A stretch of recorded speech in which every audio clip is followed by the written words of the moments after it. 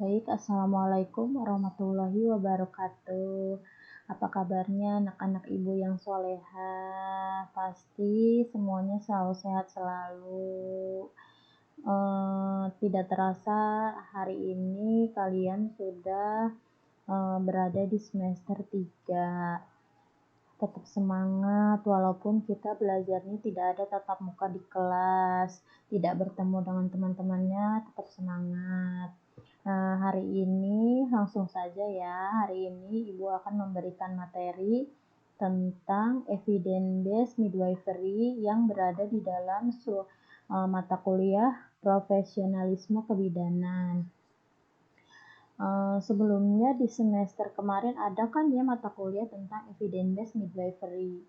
Nah, di sini hampir sama dengan mata kuliah evidence-based midwifery atau evidence-based yang kemarin ya, evidence-based dalam praktik kebidanan ini hampir sama, hanya saja ini berada di dalam mata kuliah profesionalisme kebidanan. Jadi mungkin hanya mengulang saja yang kemarin. Jadi disimak kembali aja ya. Nah, di sini yang pertama evidence-based midwifery itu apa? Masih ingat nggak evidence-based itu apa?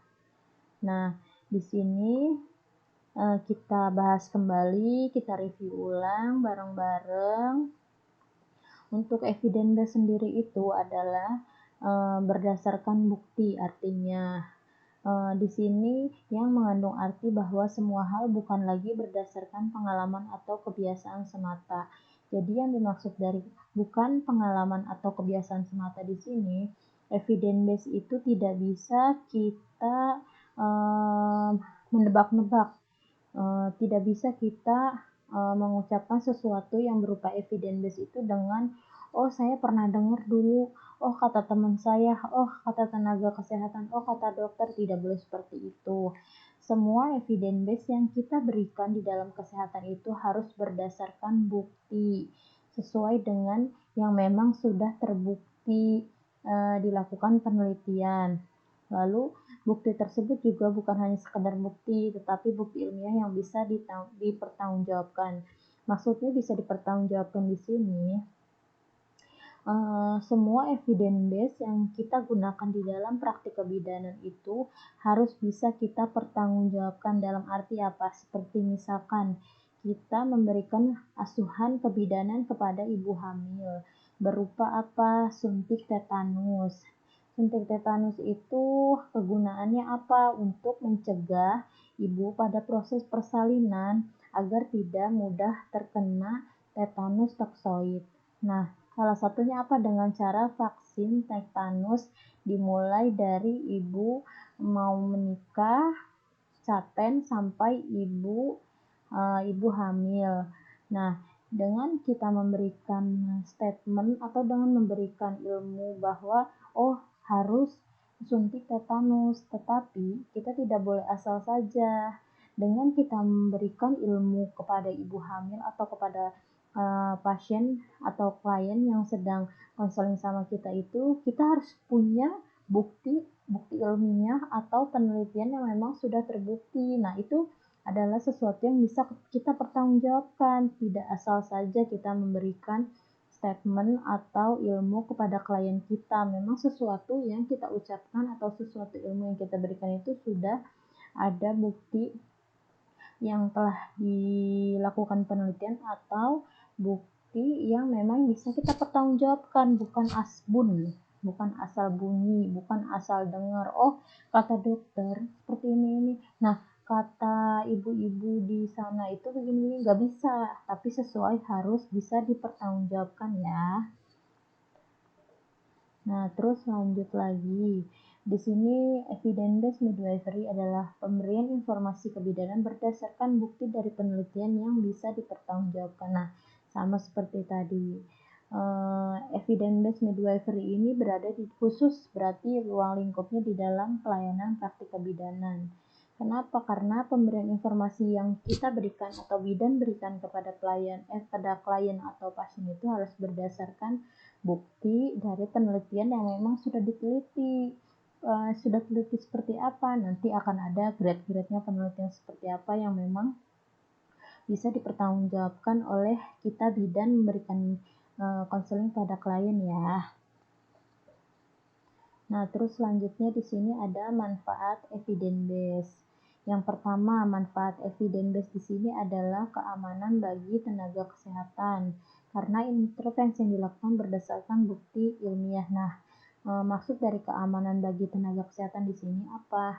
Yang pertama, misalkan kita sebagai bidan memberikan sesuatu ilmu kepada klien itu bukan hanya asbun, tapi sesuatu yang memang sudah terbukti, sudah ada dalam penelitian. Jadi, di saat pasien tersebut menuntut, misalkan setelah kita memberikan konseling, pasien tersebut melakukan, terus pasien tersebut tuh nggak terima karena apa yang diberitahu oleh bidan itu katanya malah menyebabkan dia terjadi komplikasi atau terjadi masalah dalam kehamilan seperti itu. Nah, tetapi karena kita memang memberikan evidence base sesuai dengan bukti penelitian yang telah kita dapat, ada penelitian yang telah dilakukan bahwa terbukti seperti itu. Nah, itu bisa menjadi salah satu bukti bahwa kita itu tidak asbun memberikan ilmu atau memberikan konseling kepada klien. Nah, oleh karena itu, salah satu evidence base bukti ilmiah ini bisa digunakan dan menjadi suatu keamanan bagi tenaga kesehatan, khususnya kita sebagai bidan yang memberikan konseling. Ruang lingkupnya memang di dalam konseling kebidanan untuk memberikan konseling yang baik kepada ibu hamil atau dari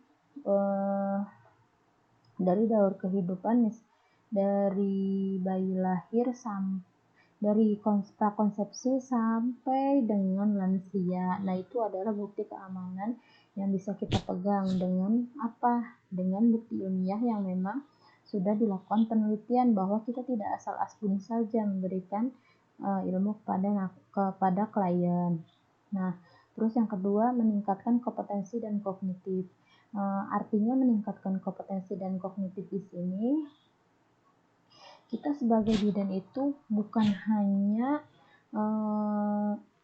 praktek, bukan hanya melihat sesuatu bukti ilmiah dengan misalkan suatu kejadian langsung gitu yang bisa kita lihat gitu, bukan, tapi dengan cara apa kita memperluas ilmu kita, kompetensi kita, bukan hanya dengan praktisinya tapi dengan akademisinya juga, ilmunya yang berupa apa, kita baca-baca jurnal, kita mencari evidence base terbaru tentang ilmu kebidanan. Jadi jangan sebatas hanya kompetensi yang sudah kita dapatkan di lahan praktek, kita lihat ternyata realnya seperti itu, tidak, tapi kita harus mengembangkan ilmu-ilmu yang memang sudah lama. Misalkan bidan-bidan zaman dulu memberikan ilmunya seperti ini, tapi kita harus update karena semakin hari ke depan itu banyaknya penelitian yang memang sudah bagus dan menjadi rekomendasi terbaru, ilmu terbaru untuk di dalam ilmu kebidanan. Jadi kita jangan sampai kurang update ya. Nah, terus yang ketiga itu memenuhi tuntutan dan kewajiban sebagai profesional dalam memberikan asuhan yang bermutu. Nah, memenuhi tuntutan dan kewajiban di sini apa? Dengan kita mencari evidence base berupa bukti ilmiah yang memang sudah terbukti dalam informasinya yang kita cari dalam sebuah penelitian, itu adalah bukti bahwa kita ini sudah menjadi bidan yang profesional. Profesional di sini apa? Seperti apa? Yaitu dengan kita membaca, dengan kita mencari bukti-bukti ilmiah terbaru dalam ilmu kebidanan, otomatis kan kita memberikan asuhan kepada klien itu dengan apa? Bermutu, bagus. Jadi pasien atau klien itu puas dengan konseling yang kita berikan kepada klien. Jadi bisa disebut sebagai profesional dalam memberikan asuhan kebidanan yang bermutu. Nah, yang terakhir di sini manfaatnya itu memenuhi kepuasan pelanggan, yang mana dalam asuhan kebidanan klien mengharapkan asuhan kebidanan dan perkembangan ilmu pengetahuan teknologi. Nah, di sini sama halnya dengan poin C tadi. Dengan kita sudah memberikan sebuah asuhan profesional, sebuah asuhan kebidanan yang bermutu dengan apa memberikan bukti-bukti atau memberikan ilmu-ilmu terbaru, ilmu-ilmu terupdate kepada ibu, tapi bukan hanya dengan asbun saja, tapi dengan menggunakan menggunakan bukti-bukti ilmiah yang sudah diteliti. Nah, dengan apa outputnya? Outputnya dengan kita memberikan itu kepada klien, jadinya klien itu menjadi merasa puas dalam arti puas apa, oh ternyata seperti ini ya Bu Bidan ilmunya sekarang. Soalnya pas zaman dulu itu tali pusat bayi itu harus dikasih alkohol, harus dikasih betadine. Tapi ternyata sekarang yang saya dapatkan ilmu terbarunya dari Bu Bidan adalah tali pusat bayi itu tidak usah diberikan apa-apa ya Bu Bidan, lebih baik lagi karena memang dulu pernah sih saya ada yang tali pusatnya dikasih alkohol nah tetangga saya. Nah kalian berbicara seperti itu ya misalkan. Nah terus saya agak takut juga sih Bu Bidan dikasih alkohol. Terus Bu Bidannya bilang lah menyampaikan informasi terbaru, informasi terupdate yang udah dia baca dari hasil bukti ilmiah yang penelitian yang sudah diteliti. Bidannya bilang, iya Ibu, sekarang setelah di dalam ilmu kebidanan adanya update setiap dari masa sekarang sampai ke depannya itu semua ilmunya tuh terupdate. Nah, sekarang yang dianjurkan oleh pemerintah, yang dianjurkan itu adalah tali pusat bayi itu tidak boleh diberikan alkohol atau betadine, tetapi biarkan saja hanya dibalut dengan menggunakan kasa bersih atau steril, bisa bersih, bisa seperti itu. Nah, dengan kita memberikan ilmu terbaru kepada klien, otomatis itu menjadi sebuah output, sebuah hasil yang nantinya di akhir, oh klien ternyata merasa puas karena keluh kesahnya, ketakutannya datang ke bidan, di mana dia datang ke bidan itu untuk membutuhkan jalan keluar atau masukan yang baik gitu atas masalah yang sedang dihadapi. Nah ternyata bidannya update, memang memberikan ilmunya juga bagus gitu. Nah jadinya apa, pasien merasa puas dalam asuhan kebidanan yang kita berikan karena asuhan kebidanan yang kita berikan itu sudah benar, sudah sesuai prosedur dan bisa dipertanggungjawabkan. Nah, lanjut di sini evidence base. Nah, maksud dari gambar di sini, evidence base di sini adalah kumpulan dari berbagai macam pencarian bukti ilmiah seperti penelitian, research, terus referensi dari pasien. Maksud dalam arti referensi dari pasien ini bukan hanya kita ambil mentah-mentah, tapi memang kita gali kembali, mencari referensinya berupa apa, ilmu-ilmu yang terdapat di buku, ilmu-ilmu yang terupdate sekarang.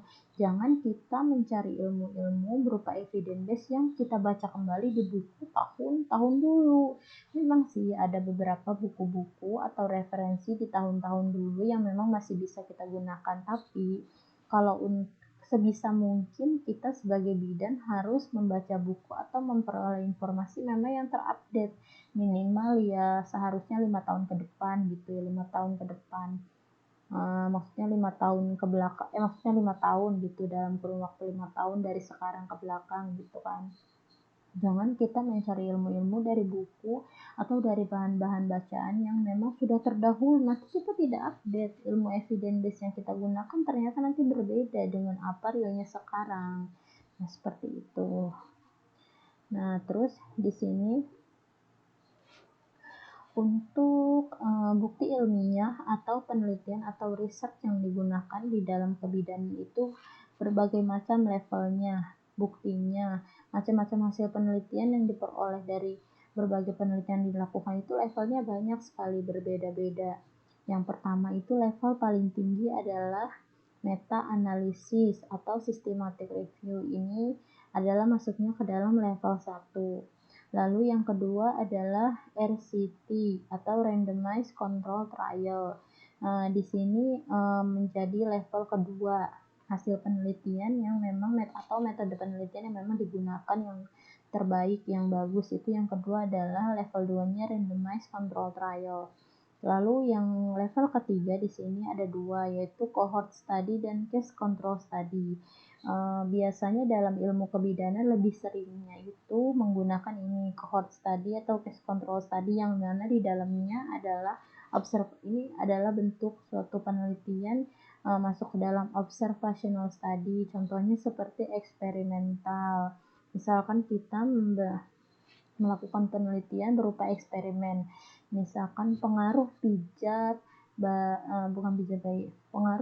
oksitosin terhadap pengeluaran ASI pada ibu nifas. Nah, itu bisa masuk ke dalam eksperimen penelitian observational study, karena di dalamnya kita mengobservasi ibu dari mulai ibunya sebelum diberikan pijat oksitosin sampai kita berikan pijat oksitosin, dan setelah diberikan pijat oksitosin itu seperti apa hasilnya. Nah, itu masuknya ke dalam observational studies atau experiment studies.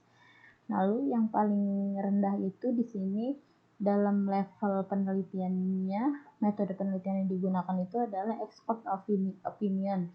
Jadi expert opinion ini yaitu kita mendapatkan sebuah informasi atau sebuah hasil penelitian itu didapatkan dari beberapa opini. Opini apa? Bukan opini orang biasa, bukan opini yang kita ambil hanya sekedar mendengar saja, tapi dari beberapa orang yang memang ahli di dalam bidang penelitian yang kita ambil.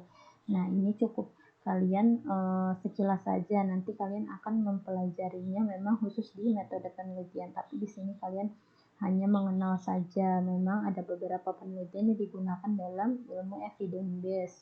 Nah, terus untuk mendapatkan bukti ini bisa diperoleh dari berbagai macam hasil penelitian yang telah dipublikasi oleh berbagai macam media. Nah, itulah evidence base ya.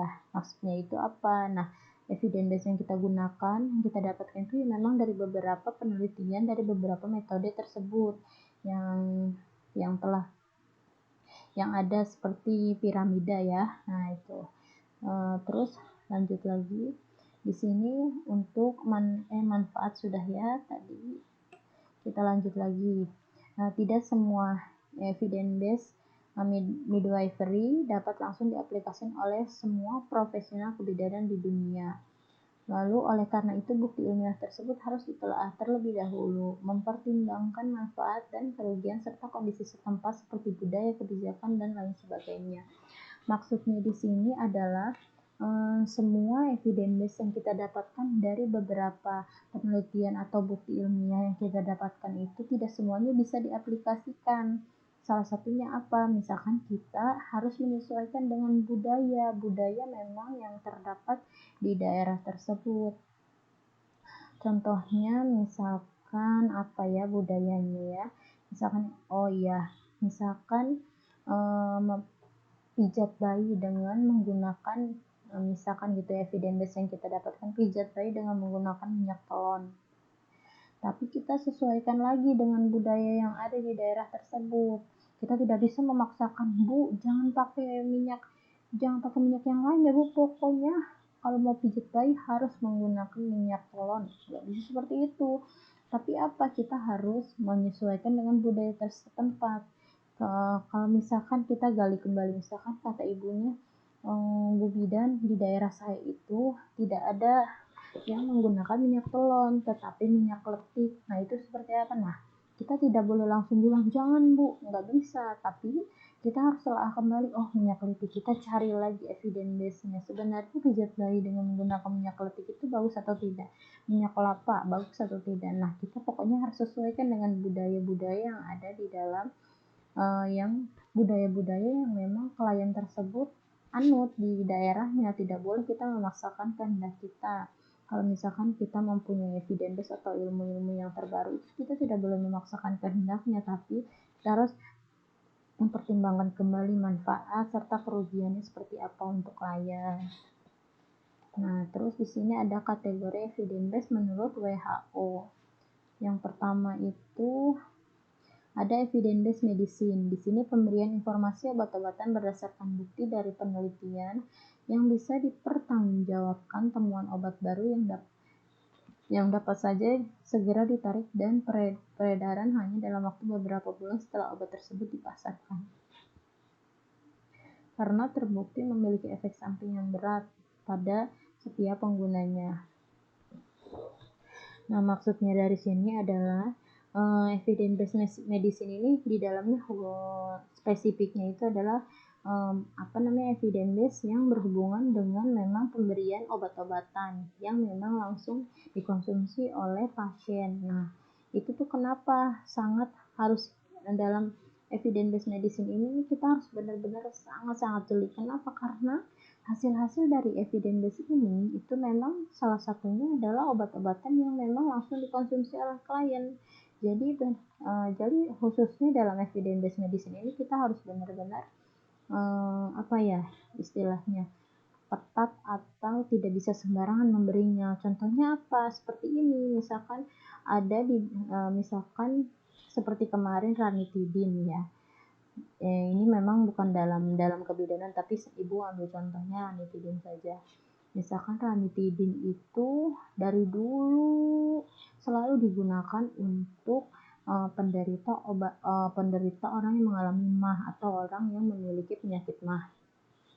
Tetapi seiring berjalannya waktu, karena adanya penelitian atau bukti ilmiah terbaru yang mendapatkan hasil bahwa ranitidin itu apabila dikonsumsi secara jangka panjang itu dapat memberikan efek samping yang luar biasa berbahaya untuk penggunanya. Nah, salah satunya seperti itu. Jadi karena adanya, tapi kita tidak bisa sembarangan berasumsi bahwa ranitidin bahaya, tidak bisa, tapi harus memang sesuai bukti yang sudah ada sehingga informasi tersebut itu menjadi bukti atau menjadi evidence yang terpercaya. Jadi setelah keluarnya evidence tersebut bisa dilakukan kebijakan oleh pemerintah bahwa dalam beberapa, jadi karena adanya efek samping yang berbahaya untuk masyarakat atau untuk klien karena penggunaan obat tersebut, sehingga obat tersebut ditariklah dari pasaran. Nah, itu masuknya ke dalam evidence-based medicine. Lalu kita lanjut yang kedua, evidence-based policy. Nah, untuk evidence-based policy ini sekilas saja, karena memang evidence-based policy ini adalah suatu evidence-based yang memang di dalam ilmu kedokteran itu jangka panjang di masa mendatang.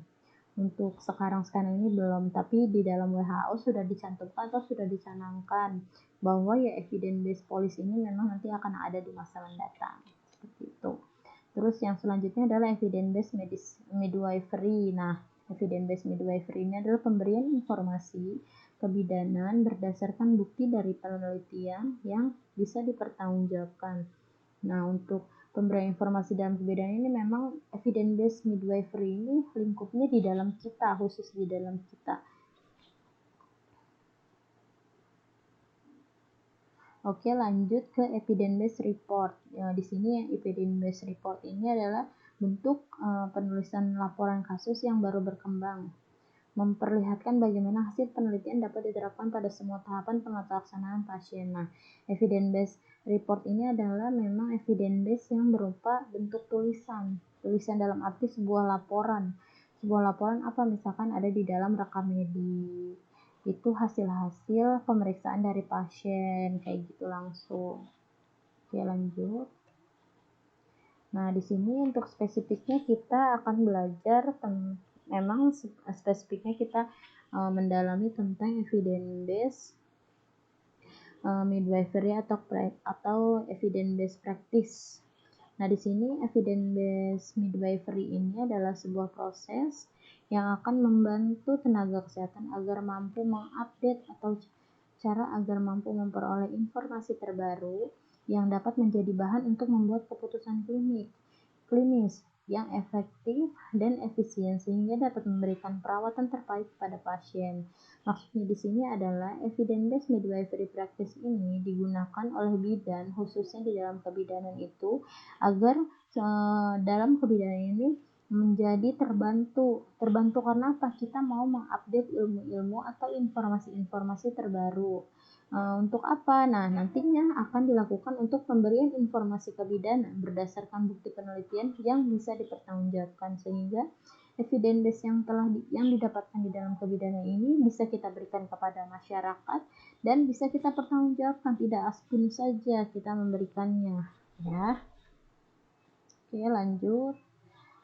Di sini evidence-based midwifery atau practice. Nah, evidence-based midwifery practice ini memang merupakan strategi untuk mendapatkan pengetahuan terbaru berdasarkan evidence atau bukti yang jelas dan relevan untuk membuat keputusan klinis yang efektif dan meningkatkan skill dalam praktik klinis guna meningkatkan kualitas kesehatan pasien. Nah, kembali lagi yang sudah tadi Ibu beritahu, yang sudah kita bahas, memang evidence-based midwifery atau evidence-based midwifery practice ini memang salah satu strategi atau salah satu bentuk cara kita mencari sebuah pengetahuan atau mencari sebuah informasi di dalam kebidanan untuk digunakan sebagai keputusan klinis yang nantinya akan efektif dan memberikan impact yang baik kepada klien, seperti itu, ke pasien. Nah, terus dengan cara seperti apa sih kita mencari evidence base itu? Apa kita langsung cari-cari di dalam blog, kita cari di Google gitu aja? Misalkan cara perawatan tali pusat, kita klik di Google, tidak seperti itu. Tapi evidence based midwifery yang kita pakai dan kita praktekkan itu dengan cara apa? Yaitu dengan cara memperoleh informasi dari beberapa jurnal, dan jurnalnya pun tidak bisa asal saja. Misalkan jurnalnya terpublish di Google gitu aja gitu, terus tidak jelas siapa yang mempublishnya, tidak bisa. Tapi kita harus memang benar-benar memilih jurnal atau penelitian atau bukti ilmiah yang memang terpercaya, tidak bisa asal aja. Dan tidak hanya yang kita jadikan referensi atau yang kita jadikan evidence base itu tidak hanya satu jurnal, tidak hanya satu mata kuliah tidak hanya satu penelitian yang kita baca, tapi dari beberapa penelitian kita baca kembali, kita telah kembali. Misalkan dari satu pembahasan yang mau kita cari, misalkan suntik tetanus pada ibu hamil, efeknya seperti apa, baik atau tidak. Nah, itu kita tidak bisa hanya membaca dari satu jurnal, tapi kita membacanya dari beberapa jurnal, misalkan 5 jurnal. Kita telah kembali dari 5 jurnal tersebut.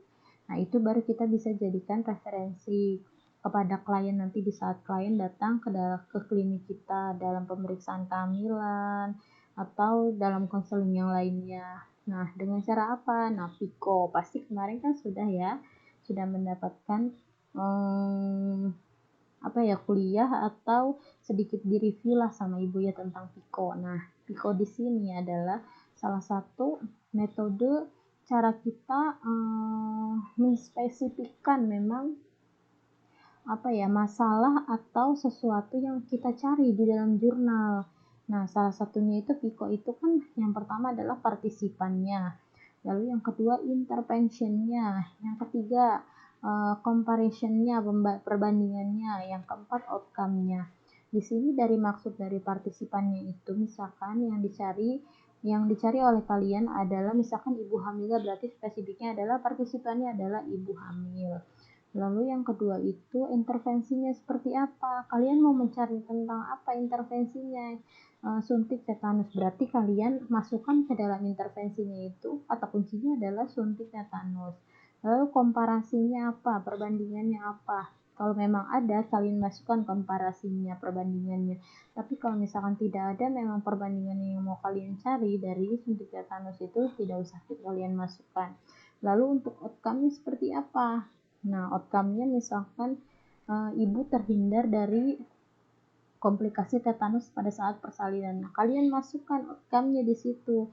Jadi setelah Piko ini ketemu, setelah Piko ini kalian susun, nanti barulah kalian masukkan ke dalam Ke dalam pencarian salah satu jurnal yang memang kalian cari. Misalkan kemarin sudah sering kan disebut sama ibu-ibu dosennya, atau ibu juga kayaknya udah deh memberikan memberikan contoh salah satu jurnal yang memang bisa dicari, bisa dipergunakan untuk mencari jurnal, contohnya seperti PubMed.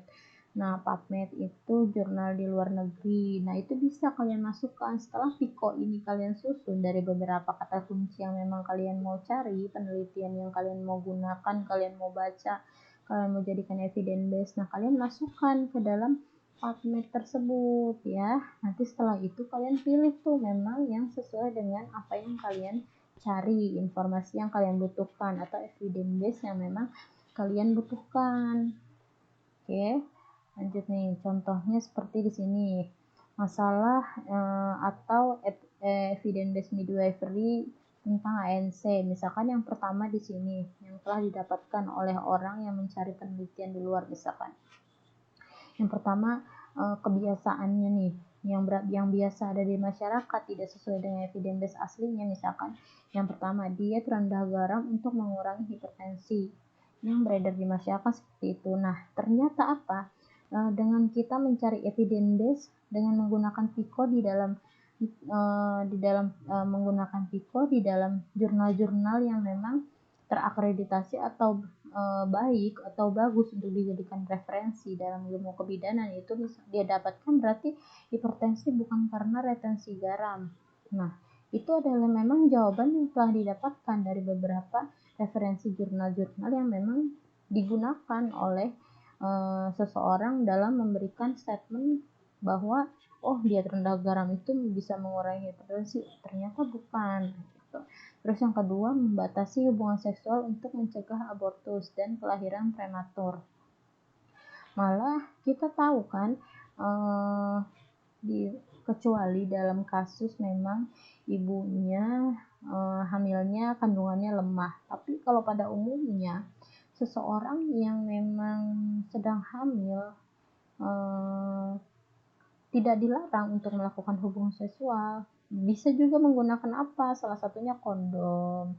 Karena apa? Nah, di dalam evidence sudah kita temukan misalkan hasilnya apa? Karena kita bisa menghalangi masuknya sperma ke dalam kandungan ibu agar tidak terjadinya kontraksi uterus ibunya, sehingga tidak terjadi abortus. Jadi kalau misalkan ada pasien datang nih, Bu Bidan, saya lagi hamil Bu Bidan, tapi emang bener ya Bu Bidan kalau lagi hamil gini nggak boleh berhubungan seksual? Nah, kita jangan langsung bilang, iya Bu nggak boleh Bu, jangan ya ngeri. Nah, nggak bisa, kita nggak bisa ngomong kayak gitu, tapi kita memberikan konselingnya itu sesuai dengan evidence based midwifery yang telah kita dapatkan. Kita berikan edukasi yang baik kepada ibunya sesuai dengan ilmu yang memang kita bisa bertanggung jawabkan. Bilang ke ibunya, ibu tidak seperti itu, boleh melakukan hubungan suami istri, tapi kalau bisa menggunakan kondom alat pengamannya. Kenapa Bu Bidan? Misalkan ya kliennya nanya, kenapa Bu Bidan harus menggunakan kondom? Nah, karena salah satu efek dari pemicu kontraksinya uterus atau kontraksi rahim ibu itu, rahim seorang ibu itu, salah satunya dari cairan kental yang keluar dari alat kelamin laki-laki. Nah, itu bisa memicu memang kontraksi rahimnya ibu, tapi ibu bisa mensiasatinya dengan menggunakan alat kontrasepsi kondom seperti itu. Nah, itu adalah jadi apa yang kita berikan kepada klien, ilmu yang kita berikan kepada klien itu tidak asal asbun saja, tidak asal apa yang kita cari di Google atau apa yang kita dengar saja gitu. Gak bisa, tapi itu memang sesuatu ilmu yang kita dapatkan dari bukti-bukti ilmiah, penelitian-penelitian yang memang terupdate dan memang sudah diujikan dan tidak asal aja gitu, tidak asal aja kita memberikan ilmunya. Jadi si klien itu yakin dengan apa konseling yang diberikan oleh si bidannya. Karena coba misalkan kita memberikan ilmu kepada klien, kalau kita mendapatkan ilmu tersebut atau mendapatkan edukasi tersebut atau mendapatkan informasi tersebutnya asal aja, pasti kita juga ragu kan. Nah itu kan pasti di saat kita menyampaikan ke klien pun pasti akan ragu, bu bidannya aja kok gitu, jadi takut saya. Gitu. Nah enggak, tapi kalau misalkan kita mendapatkan suatu informasi atau suatu ilmu dari bukti ilmiah yang memang sudah terpercaya, yang memang sudah diuji, itu tuh kita akan pede, kita akan percaya diri memberikan konseling atau memberikan edukasi ke klien, sehingga outputnya apa? Klien akan merasa puas dan yakin dengan edukasi yang akan diberikan oleh si bidan tersebut. Tuh ya. Oke, lanjut, ini beberapa contohnya ya, nanti dibaca aja. Nah, lanjut lagi. Nah, ini sama, nanti bisa dibaca juga. Nah, evidence based midwifery ini yang biasa banyak gitu ya dilakukan atau dicari-cari itu, misalkan seperti yang pertama itu imunisasi antenatal, yang kedua itu tentang HB-nya, estimasi HB itu batas normalnya seperti apa. Nah, terus habis itu, nah contoh-contohnya inilah, nanti bisa kalian baca tentang episiotomi.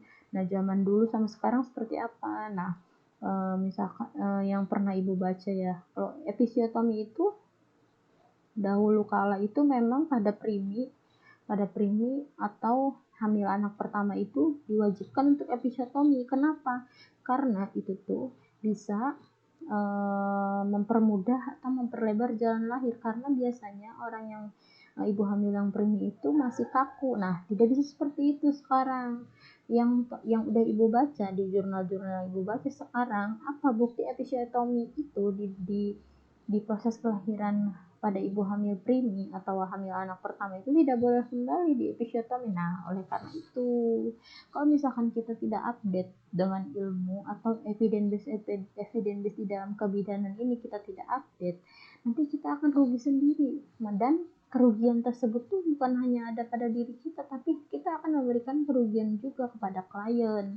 Contohnya apa? Memberikan ilmu-ilmu yang zaman dulu yang kudet. Nah, itu tuh juga bisa membahayakan pasien atau klien, dan juga keamanan kita sebagai bidan juga tidak terjaga, tidak aman lah kita sebagai bidan juga. Nah, oleh sebab itu mulai sekarang, karena memang masih menjadi mahasiswa, harus rajin membaca, mau membuka jurnal.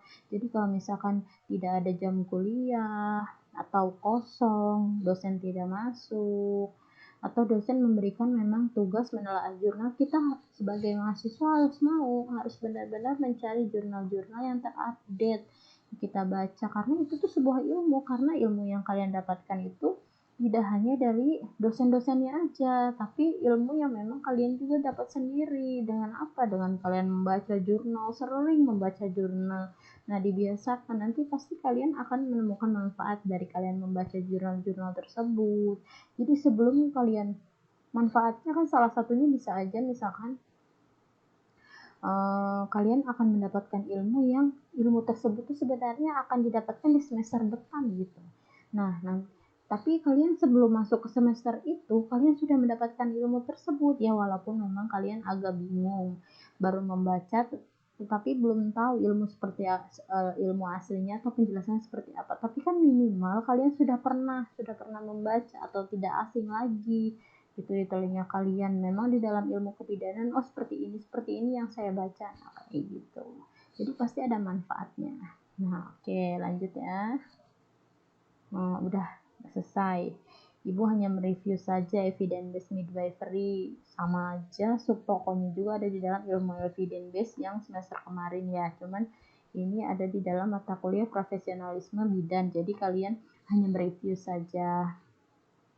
Nah, dari tadi yang ibu jelaskan dari awal sampai slide akhir di sini, kesimpulannya itu adalah evidence based midwifery ini adalah sebuah informasi atau bukti suatu bukti yang berhubungan dengan ilmu kebidanan, dan informasi tersebut itu bisa kita pertanggungjawabkan. Nah, itu yang ada di dalam evidence based midwifery. Memang sesuatu bukti ilmiah atau informasi kesehatan yang kita dapatkan itu sesuai dengan evidence base-nya. Contohnya seperti apa? Yaitu dari beberapa jurnal yang memang terbaru, terupdate yang kita baca, kita bandingkan dari beberapa jurnal. Nah, itu memang jurnal-jurnal yang sudah diakui atau sudah terbukti bahwa memang bagus. Itu memang terapi tersebut memang nyata bagus diberikan kepada klien, seperti itu. Ya. Oke, penjelasan dari Ibu cukup dulu sampai sini. Silakan kalian direview kembali materinya.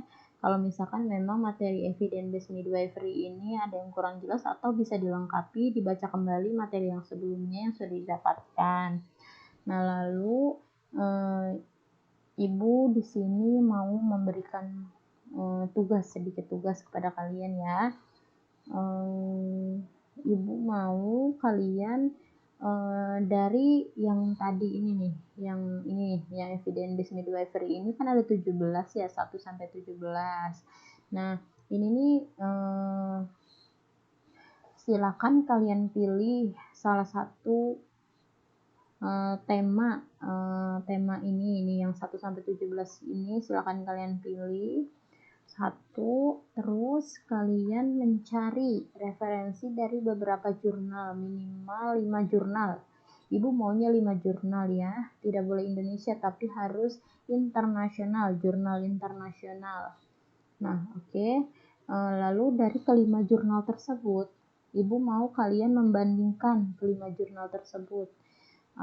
Tapi misalkan kalian nggak mau ngambil dari tema 1 sampai 17 ini, di luar tema ini nggak apa-apa. Oke, kalian boleh cari sendiri, misalkan tentang tali pusat perawatan tali pusat bayi atau tentang yang lain, pokoknya masih dalam ilmu kebidanan. Ibu mau kalian mencari 5 jurnal dan kalian baca, lalu kalian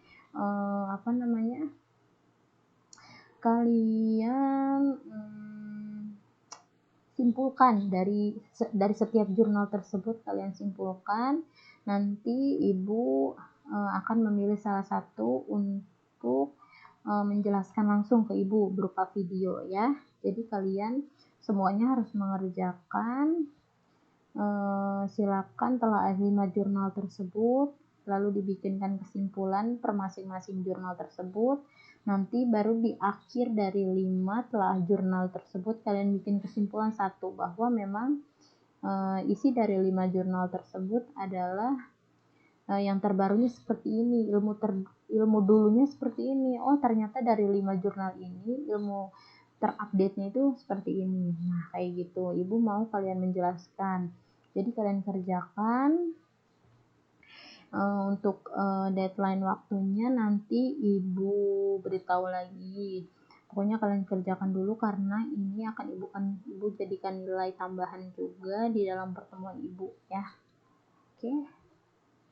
Oke, cukup sampai di sini penjelasan dari Ibu. Silakan direview kembali materinya. Apabila ada yang kurang jelas, silakan ditanyakan kembali ke Ibu. Boleh japri, boleh via kampus ya. Pertanyaannya, tapi masih dalam jam mata kuliah Ibu ya. Karena kan ini jamnya masih panjang, jadi silakan dibaca-baca kembali materinya. Dan silakan ditanyakan apabila ada yang tidak dimengerti. Nah, oke. Cukup jelas. Sekian, kurang lebihnya Ibu mohon maaf jika ada yang salah dalam penyampaian, kurang atau menggunakan bahasa yang memang kurang dimengerti. Ibu minta maaf, kurang lebihnya Ibu akhiri. Wassalamualaikum warahmatullahi wabarakatuh.